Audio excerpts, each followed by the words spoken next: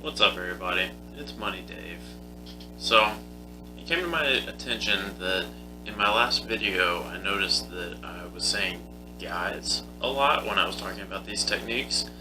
So, let me be clear. I see you women out there hustling too, trying to get money. So don't think that I was trying to exclude anybody with that, alright? So, the last video we talked about HELOCs, and specifically the HELOC that Figure offers. And I realize that while this may be a good solution for those of you that have a house or a rental property or two, and have had it for a little while, built a little equity in up to this point, are like, oh yeah, that's great. I can just pull my money back out and start rolling it into other stuff. But I know there are others out there who are like, oh, okay, alright, so what if I don't have anything, And I get that. I get that some of you are just starting out, like I was, like 2.5 years ago. And you might need access to capital. Maybe you want to buy your first property. Maybe you need money for a down payment and you don't have a lot of cash on hand. So this is where we want to talk about unsecured lines of credit, right? So in the last video, which I'll link in the description, we talked about how HELOCs, or home equity lines of credit, are lines of credit that are secured against a property, right? That's why it's called a home equity line of credit. They're secured against the equity that you've built up in your house. So an unsecured line of credit is literally just what it sounds like. It's not secured against anything. They don't have any collateral to come at you with, that they'll send you to collections or whatever. It's literally just like a credit card, except it's a credit line, a revolving credit line. So again, we'll say that the key difference between a home equity line of credit and an unsecured line of credit is that the unsecured is just that. It's not secured against anything. Literally like a credit card, except you can take the money from a line of credit and transfer it to your checking account and make it just like cash. Like you can literally transfer it to your checking and then go to an ATM and withdraw it.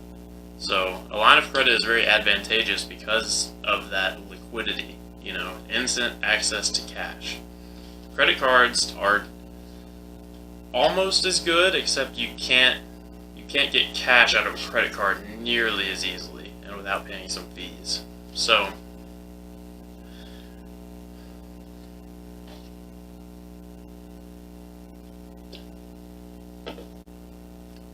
before I got my HELOC, I actually had and still have an unsecured line of credit with the bank that I have my checking account with. And that's actually one of the keys to getting approved. A lot of these banks are going to want to see some sort of previous relationship. So when you're looking for these unsecured lines, what you're going to want to do is go to the bank that you have your checking account with and any other products with. Like if you have a savings account or a money market, really anything, any bank that you have an existing relationship with, it's going to be easier to get approved. So the way it'll work is, since it's not being secured against anything, it's going to rely on pretty much two things. One, your credit worthiness. They're gonna pull your credit and see what your credit score is. We'll talk about credit all throughout this channel because it's so important. People talk about living without a credit score, and I do not agree with that at all. I believe in maintaining as close to perfect credit at all times as you can, so that you can get approved for these better products, better rates, more money at any given time, so that when the right investment opportunity falls into your lap, you have the money available to invest in it, Sometimes people talk about being cash poor, which means their money is all tied up in things. They're not necessarily broke, but they just don't have a lot of liquidity. That's what these lines of credit are going to provide. So anyway, number one, your credit worthiness, as I said, and two, which we talked about earlier, is going to be your relationship with that bank. Some banks, it's a requirement that you have an existing account with them to even apply for an unsecured line of credit.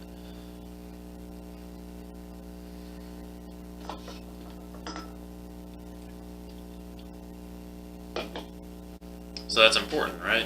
And obviously you're going to have a better chance of getting approved if you're, say you have like this local community bank that you've been going to ever since you were a 14-year-old opening your first checking account, right? So by now you have like a 10 or 15-year relationship with that bank just from your checking account. They know who you are, and you're going to have a better chance of convincing them that you're going to pay that credit line faithfully than you will with just a national chain that you just open an account with that day and apply for the line with. So it's definitely better to start local if you have that relationship. Now for me personally, my unsecured line of credit was and is with Regions Bank because that's who my first checking account was with, and one of the factors that they looked at when they were determining what limit they were going to give me and just whether they were going to approve me or not was how long I had been banking with them.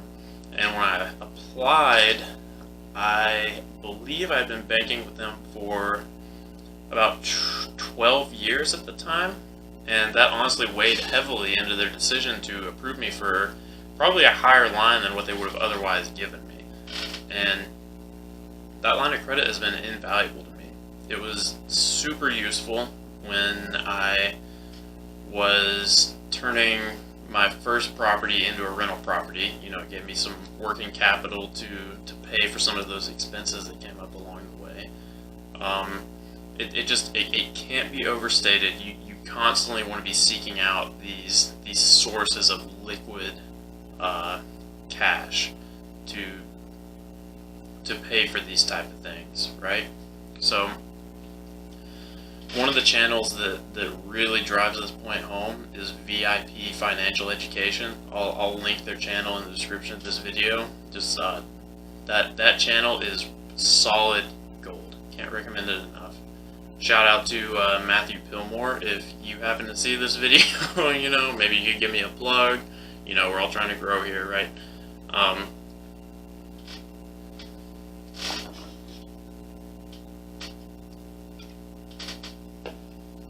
But anyway, guys and ladies, that's about it. I just wanted to talk about, when I made that last video, I realized not everyone owns property right now, so not everyone necessarily has access to a home equity line, but there are always options out there. You just have to look for them, right? So give me a like, give me a subscribe if you like what I'm putting out here. Check out my blog, I'll link it in the description. And till then, take it easy, y'all.